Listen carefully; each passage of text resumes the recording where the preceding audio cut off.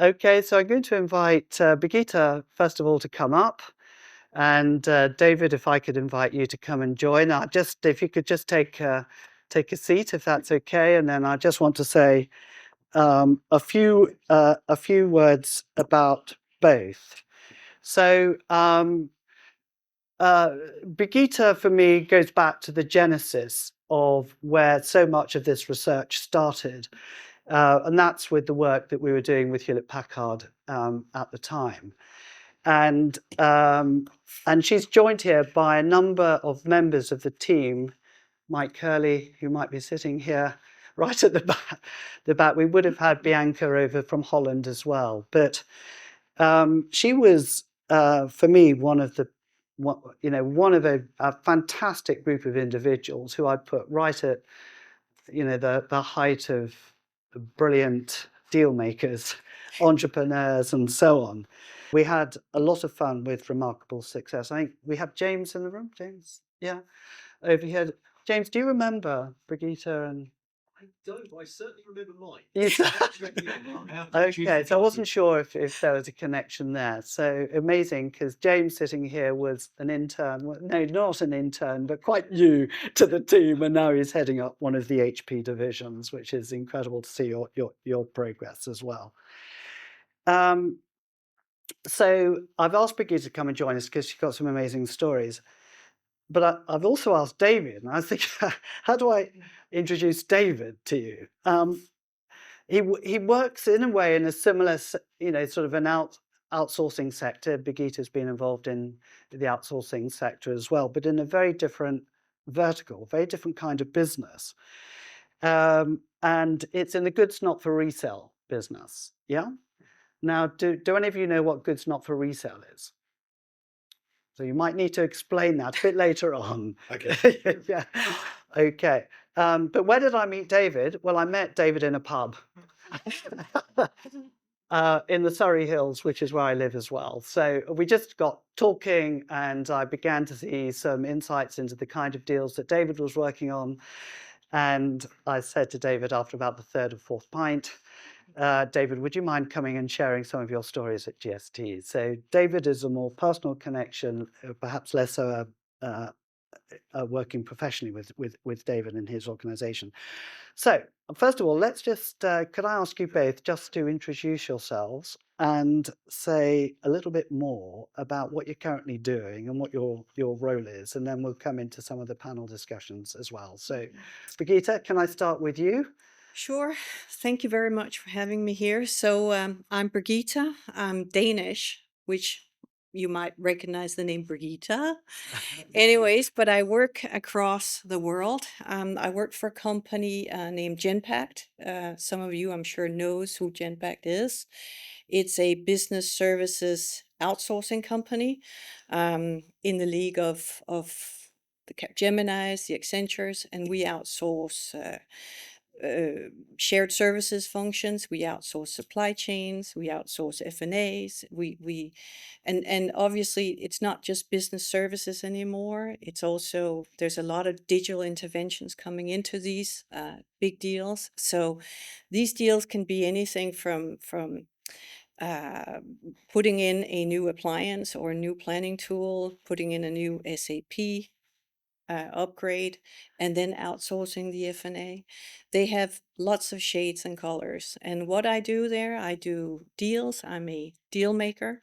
So that means I orchestrate the campaign in terms of engaging with the client from the first encounter till we close.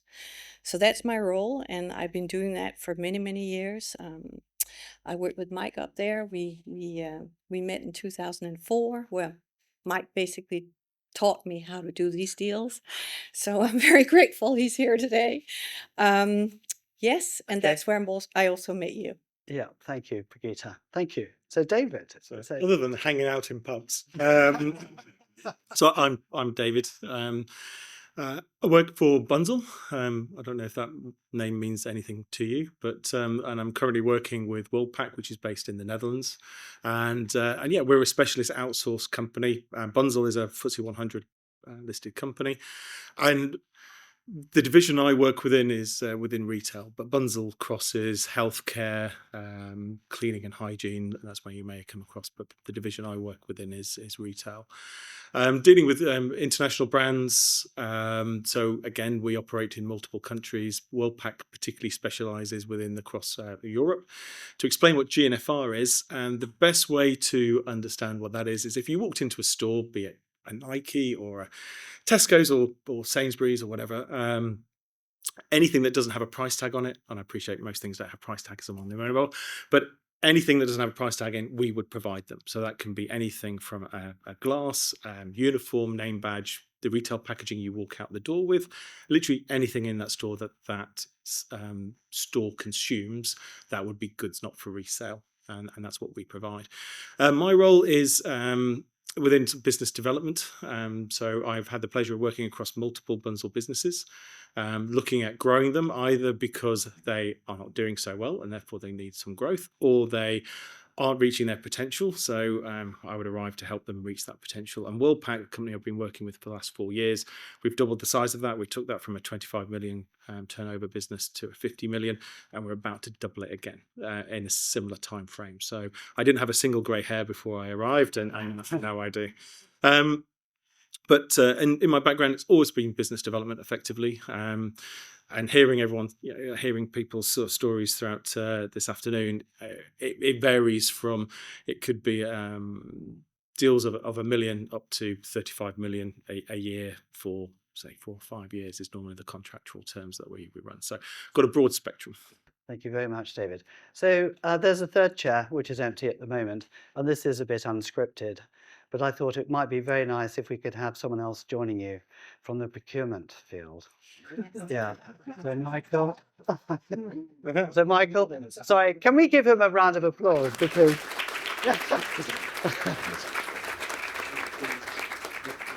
yeah, so I met Michael on LinkedIn. Yeah, started commenting on some of our posts on LinkedIn, and I just was really interested in some of the comments that Michael was making, and I just said to Mike, I may invite you to come up and sit at the panel, but I think it would be great if you could join us as well. So you have 2 salespeople and 1 procurement person on the panel. Michael, could you just say a few words about yourself? Yes, so I guess I consider myself a procurement professional and leader. I've been in the profession about 30 odd years, predominantly financial services sector, professional services, but also I've worked in FMCG, public sector, manufacturing. 6 months ago, I left corporate life, and as I said earlier, I've set up my own organisation, and I offer training services to sales teams on how to engage effectively with procurement people. Okay. What I would say over the last 6 months... But you're not allowed to sell. No, that's the only thing I would say. But what I would say is that I find all this fascinating, because after spending 30 years in the cocoon of procurement, I have learnt so much about sales in the last 6 months. And I would encourage you, I'm encouraging procurement people to follow salespeople on LinkedIn. And I'd encourage you as salespeople to link in with 1 or 2 procurement gurus, because you'd find out so much when you enter someone else's world. Right. So thank you very much. So, so this discussion is really up to us in the audience to ask any questions of the panel. But I'm going to start with suggesting some of the topics that we might want to talk about. So we might want to talk about AI and the impact of AI. We might want to anything can potentially kind of go. I'm also going to invite Birgitta and David to share some of the deals that they've worked on that they're most proud of. So we'll get some input, from them on their stories. But I thought that I'd start off with an article from McKinsey about the future of sales, and where it's kind of going. And this was published in the recent edition of the Journal of Sales Transformation. And Nick Descent, who's the editor, can't come because he's in the West Country. He's under 6 inches of water or something. A lot of flooding in the West Country. But I just want to read this out to you. And I'm really interested because I'm not sure that I believe in this research, even though it's done across 4,000 different companies globally. the comfort to spend big on transactions up to $10 million without ever meeting the supplier in person has jumped from 15% to 20%, 15% in 2022 to 20% in 2024. So these aren't small deals. These are up to 10 million. So companies prepared to invest 10 million in a solution without any interaction with a salesperson. While in the US, the figures go from 51% in 2021 to 20% in 2024. So this is everything from wind turbines, Siemens, to MRI scanners, Medtronic, I don't know if,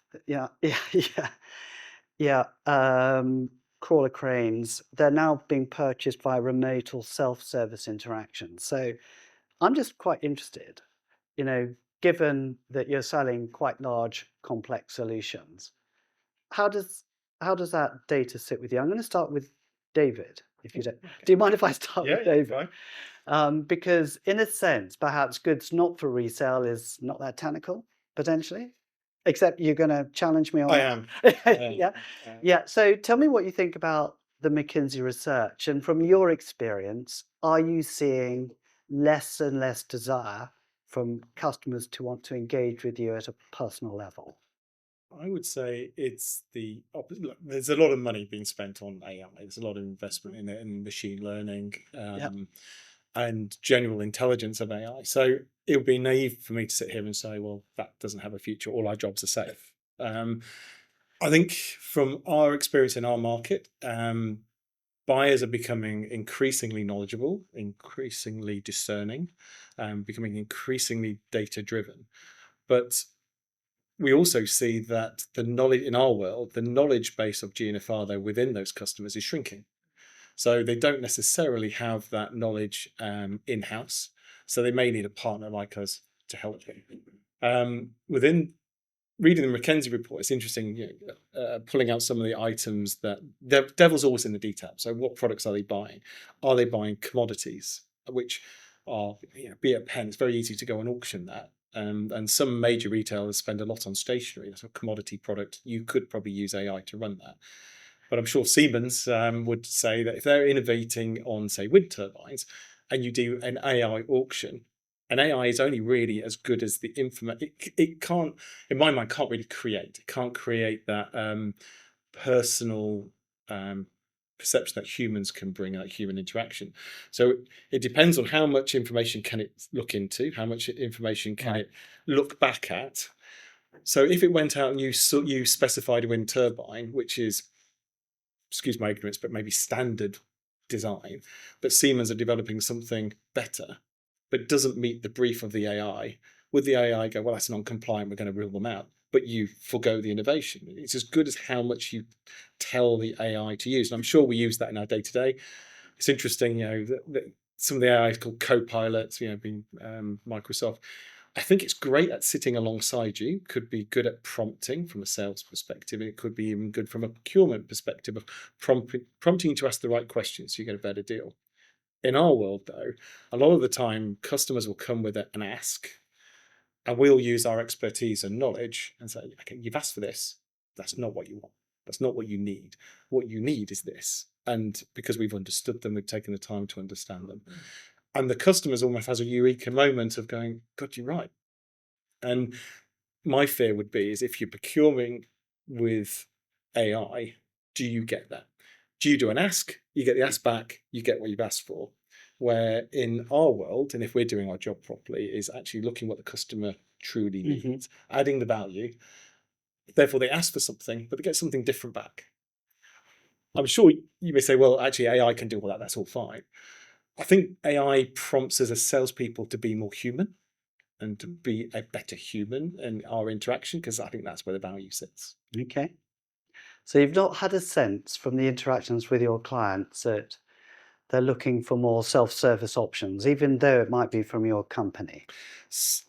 I'd say they may be doing some self-service on commodity items, Okay. But I would say that complex requirements or things that need creativity, no, they're not. They're not. So in general terms, they're not. They're definitely investing in AI for supply chain management and things like that, but they're not necessarily because of climate change uncertainty in to a retailer having a summer range and then it chucks it down Okay. outside. All of a sudden they've got a lot of stock that they can't sell because they've got the wrong Right. product in. So AI can help them some of that predictability. Okay. But it's yeah, we're not seeing a big swing towards that. Not in our world anyway.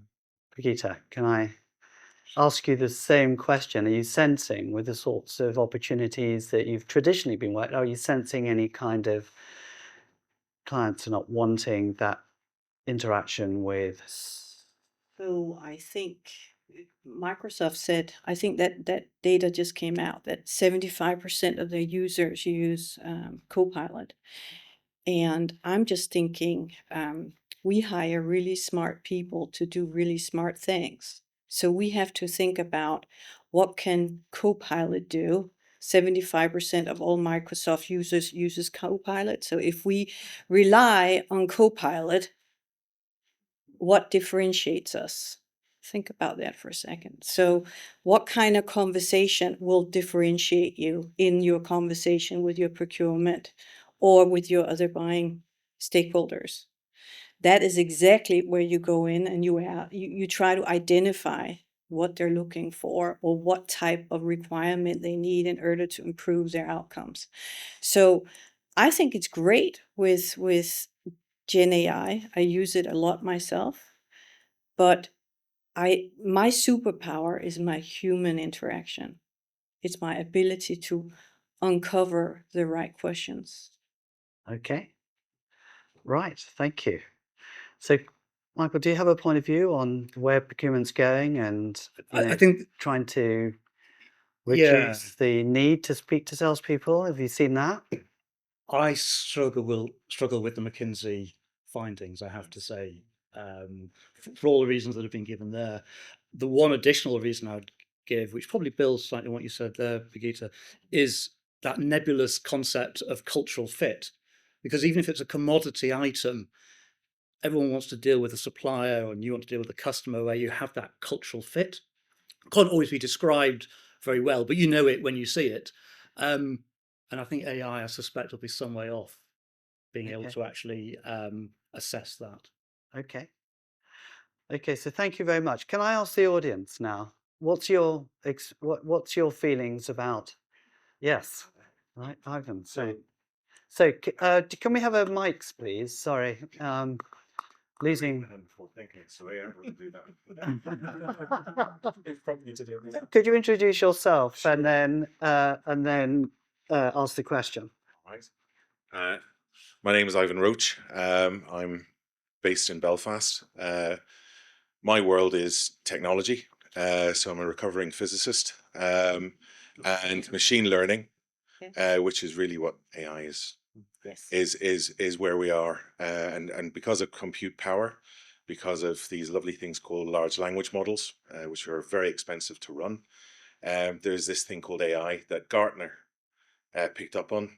20 odd years ago, Gartner picked up on CRM, which also was the bane of salespeople and marketing people. And ultimately, it comes down to data from the point of view of any of these systems looking to work. At the moment, one of the best ways to look at AI at the moment is the IQ of even ChatGPT is around 60. It's pushing into around 120. In the next 18 months, it'll get to maybe degree level. And then after another 18 months, it may get to a PhD level. But the one thing that AI cannot do is actually know the answer. So AI currently guesses, and it gives you the best guess. If you don't put, I think we heard prompt, if you don't put in the right question and you don't structure it in the right context, it'll hallucinate. Or even worse, you'll believe the hallucination. Because again, if you're not recruiting smart people who know what good looks like, you're going to end up with really dissatisfied customers, because procurement will look at you and go, what are you talking about? You're wasting my time. And the whole sense of sales is to be able to provide the right solution that the customer needs They want a whole load, and CEOs want AI. They just so want it. And the problem is they don't know what it is. And the around the Siemens solution, commodity solutions, there are so many iterations, so many versions, so many ways that it can work, that at the moment, the tech, it could run it, but it'll take you maybe 900 hours to get the answer that you just, I know that because I know the person, I know the customer, and this is what's worked before. And being able to actually give those examples is key until we get to the next level of AI, which is more than 3 years away. We're all good, we're all safe, but we'll always need humans Exactly. to know what good looks like, and also to know around the intent. AI has no intent. It hasn't good intent, it hasn't bad intent. And unless people know what the good deal is for the customer, it's lost. So that's, sorry. Okay. That's your very Thank you. strong point of view. Yes. Yeah, thank you. Do we have any other points of view? Sorry. Hi there. I'm Grant Van Albrecht with Royal Caribbean. I think, we look at Royal Caribbean. I was sharing this with you guys the other day. Internally, we built a tool, the RCG, Royal Caribbean Group Chat GTP, basically. And we're supposed to look at how do we implement and roll this out for our sales teams to utilize. But yet, just as the gentleman just said, hallucination. In fact, when you go through to use the AI systems, and if you know the true answers about products and services, etc., it doesn't always get it right. So if you ask AI, ChatGPT, etc., to define one of our ships, Icon of the Seas, and what's the values of selling that, what's the benefits, the feature benefits of that, it will make stuff up. It pulls stuff that it finds from the web, and the ship, your service, your product, etc. So how do you trust that? And then my fear, so you think of fears in leading sales, is that what if we just roll this out through sales teams to utilize and support with customers who are making very large deals, relationships that you're building, etc. You're trying to sell somebody a $40,000, $50,000 holiday vacation. Is the ChatGPT going to tell you and close that deal for you? No, it actually has to be somebody who knows the system, who knows the truth and the integrity, and then brings the value of that, the relationship, emotional, valuable aspect to the client so that they can actually almost emote themselves into that. So I think you're right. I think we've got a long ways to go. But I'm more worried about the trust and people just using the response. Oh, well, this is what ChatGPT said. And if you actually go through and start to use your knowledge and expertise and say, ask ChatGPT or the various ones about your products and services, what answer do you get? More often than not, you're like, that's just not right. So I think we have a little ways to go. So, okay, but I guess my question also related to the McKinsey report, which is, are you sensing less, customers wanting to push salespeople away? Sorry, there's as well. So I'm interested in your sense of where the market's going. Is it more distance with customers, or is it closer connections? So remember to introduce yourself and yeah. So my name is Brighton Gunner from NTT. So I think I tend to agree with McKinsey to some extent. Okay. Based on my example, if you remember our ethics module. Yes, I do My- remember the ethics, yes. and I have to say I've had some sleepless nights reflecting on the conversation about that deal you closed. So it's still ongoing. It's now expanded. So I think there are two parts to it, which is A is the self-service part. It does not necessarily mean that it's AI. So with this particular customer, Yes, it I've doesn't given mean them it's a AI. self-service platform and they're using it. And I'm selling through it. So right now, yes, there is a human element to it, but it's just more of a personality thing with the person I'm selling to give them that sort of hand holding Right. to close the deal. But they've already done everything on the self-service portal. And I'm just checking it and saying, right, yeah, tick the box, give me my purchase order. So where AI comes in now is I can now use that to understand what they're buying, how to price back to them what my competition is doing. But Okay. I find that in certain customers, yes, they are pushing more towards self-service. And what that is doing for me is it's creating time for me to talk about more things other than what they already know they want. Thank you. So my name is Laura Valerio, and I'm a principal consultant at HighSpot. And so what we are seeing is that actually one of the challenges that customer have is to navigate. So they're much more knowledgeable about all the content. But there is too much content, and sometimes customers are paralyzed by the content, and they don't know how to navigate through all this information, or how this information will help them solve for their problems or help them with the opportunities. So one thing that we have seen working really well for the sales team, and where the sales team has a key role, is on personalization and curation of the content. So it's really important when we think about AI. What are the skills that the sales team need to have in order to actually use AI as a booster? And one of the skills that we have seen is more and more important is also the ability to listen and to identify what are the key challenges that customers have.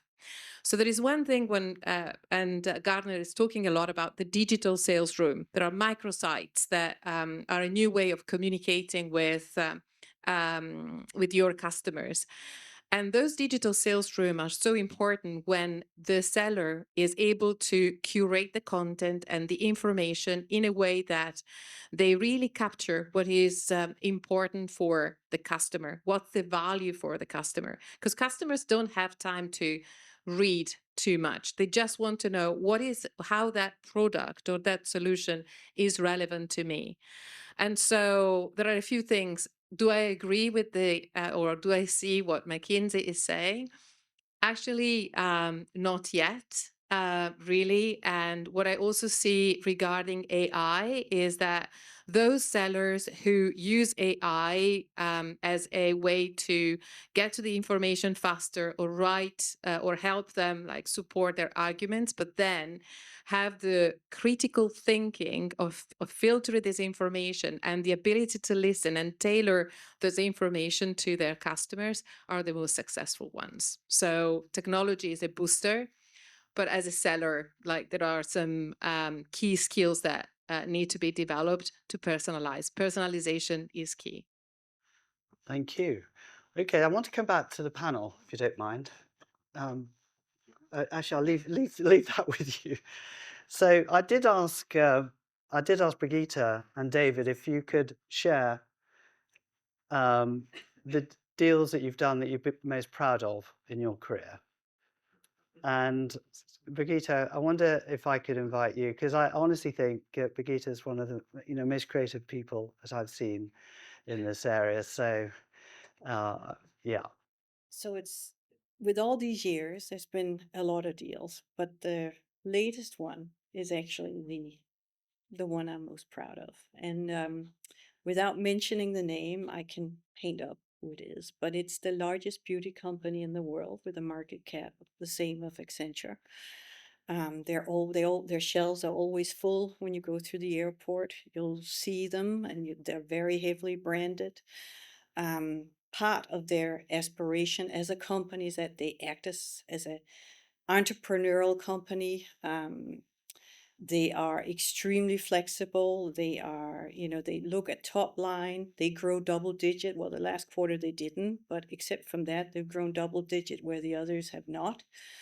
So they look at top line. They don't look at cost. Now, it's a French-based company. And narrowing it down. and those of you who have had French customers also know what they're like. Without. Do we have any French people in the room? I think we do. Yeah.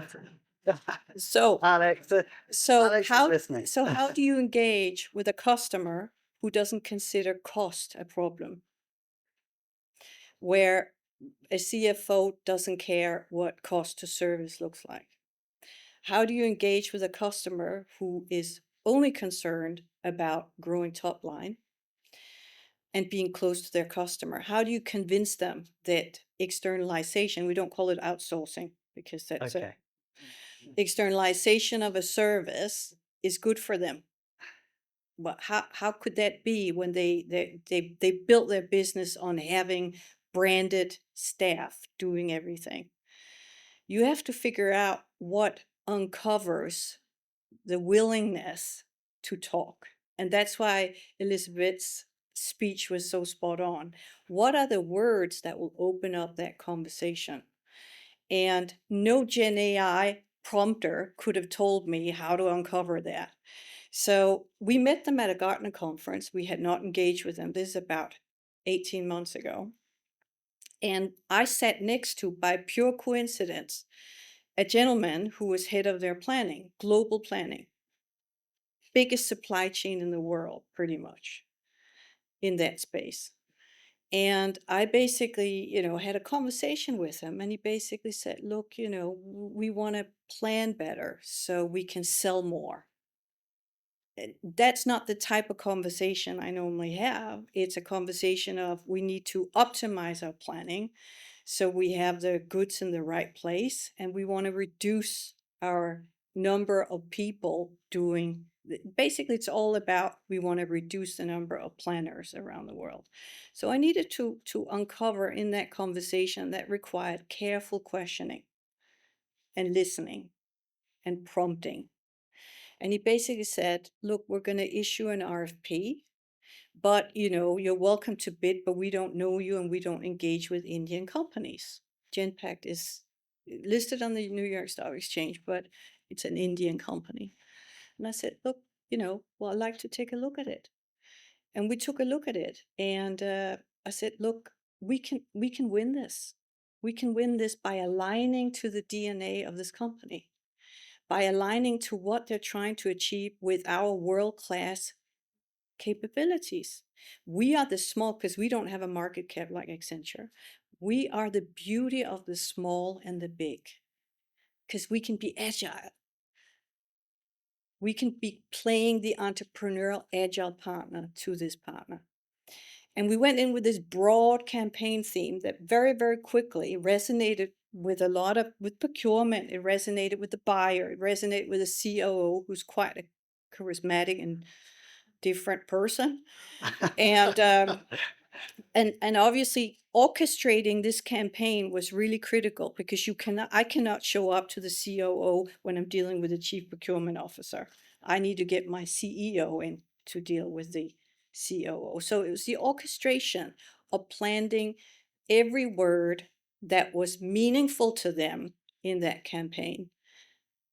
And we were awarded the deal over their in-house partner, McKinsey, over Capgemini, over Accenture. We got the deal. Mhm. And so that was the start of the relationship. And clearly, once you get in, you have to deliver to the promise. You have to be delivering to that outcome that they're looking for. And in that process, you need to speak to a lot of people, especially in a company like that, where they are very entrepreneurial, they're very different, they run their business differently, to understand and uncover where the next big deal is. And you have to plan a lot of elements around with the CFOs, the other buying partners, procurement officers, about how can we do sustainable procurement for you? How can we do co-man? How can we externalize your entire supply chain? All of that. I can tell you ChatGPT would never have been able to do that for me. Mhm. So it was a lot of visits to Paris. And we got the first BPO deal a month ago. Fantastic. Wow, great. Thank you. Thanks, Brigitte. Yeah, Brigitte's always had this amazing ability to pull the right resources in, to support the process. So I've asked the same question of David. I wonder if you could share. Similar. If you're doing this a long time, so it was a bit of a challenge as to which one do you particularly pull out. And I suppose the one I landed on was a large. Again, can't necessarily say the name, but it's a large sports fashion brand, international in stature, based in Germany, which probably again narrows it down. And it goes back to what we were saying about AI. Yeah, they had profiled their business. They had a very, very clear view of what they wanted, and they were going out to look at an RFP, and we got wind that they were looking to go for the RFP.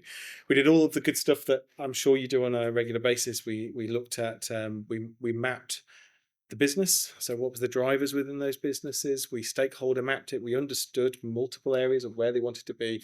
We're fortunate in the fact that we supply that market. We have most of the major sports fashion brands under our umbrella, so we knew where the market was going, and then we engaged with them. We engaged with multiple stakeholders, looked at sustainability managers, procurement, finance teams, and so forth. So we had a very good understanding of their business at this point. And then we were trying to shape the RFP, but we just could not at the time change their mindset of what they wanted. So they went for an RFP which defined something we just absolutely convinced that wasn't right for them. And going back to some of your values, your that sort of tenacious audacity of being able to stick to your guns and tell them that that's not what they should be doing. So we put a really strong pitch together with a completely different viewpoint as to what we felt they needed, which was quite brave. And we actually was, we're not going to actually quote for what you wanted to. Let's have a continued dialogue. And as a result, they took us to one side of the RFP and said, right, we'll continue to run the RFP because that's what we want. But we're quite interested in what you're talking about. And then we had multiple stakeholder engagement as to, okay, what would it look like in our world if we delivered this through? And in the end, we were literally in a bidding of one. It was just literally us pitching this idea. And in the end, we convinced them that that was the right thing to do, and we got awarded the business. So that was interesting. I think from a procurement point of view, I know it's a bit of a caricature, but we remember the deals where we feel that we've made the biggest cost reductions. I won't name examples. But the other thing I would say, building on the comments about RFPs, is that when there's an incumbent in place, you'll all be aware that almost all RFPs have an underlying why change versus time for a change dynamic, which you guys need to try and understand what is at play. So as a procurement person, one of the biggest satisfactions is where you have what I'd call a why change dynamic. Your stakeholders doesn't really want to change. They're going through the process almost because it's the policy or they want to indulge you. But as a result of the RFP, you actually end up with a different vendor who has come in and proven that they can add something that the current vendor can't. And that's very satisfying. I won't give specific examples, but just generically, that gives us a lot of satisfaction.